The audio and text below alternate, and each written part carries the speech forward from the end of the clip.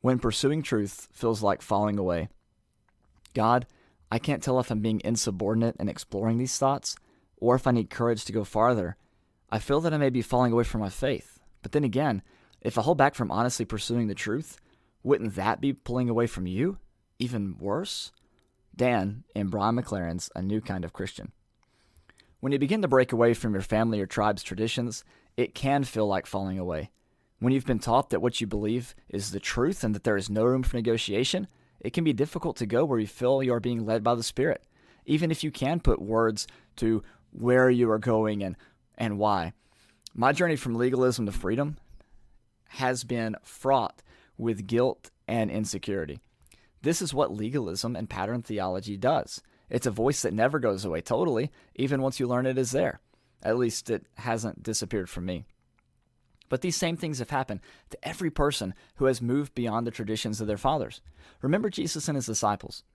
One day they were picking heads of grain on the Sabbath. The Pharisees said, "Look, your disciples do what is not lawful to do on a Sabbath," Matthew 12, 1 and 2. Someone may tell us that the way that we do things isn't scriptural or biblical or according to the pattern. They may be called innovations or some other term. These phrases trigger feelings of guilt and can cause us to second guess what we're doing.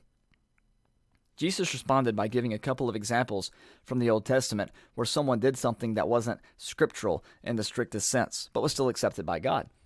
He then said, "But if you had known what this means, I desire compassion and not a sacrifice, you would not have condemned the innocent," Matthew 12:7. Jesus sets a precedent here for an important way of approaching Scripture. The question isn't, strictly speaking, what does the Bible say?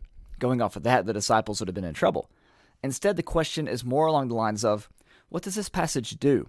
Or maybe even, what is the spirit of this law or text? Take, for example, Proverbs 26. "Do not answer a fool according to his folly, or you will also be like him." That's verse 4. Verse 5 says, "Answer a fool as his folly deserves, that he may not be wise in his own eyes." If you're looking for a black and white answer here, you won't find it. Instead, you have to use wisdom in the situation you are in to determine what is best in that specific situation. If that can apply to a verse side by side, right, then couldn't that apply to passages, chapters, or maybe even books apart? The purpose of the Sabbath was to remind them where they came from and who God is. It was a law to live by, not die by. Mercy takes priority over sacrifice. This interaction between Jesus and the Pharisees teaches us a few things. Number one, pursuing truth may not only feel like falling away to us, it might also look like it to other people that mean a lot to us. Number two, people who emphasize sacrifice over mercy may use words and phrases like unscriptural or not biblical, so we should be prepared for that. And number three, Jesus didn't read his Bible in the same way that these sorts of people do anyways, so why should we?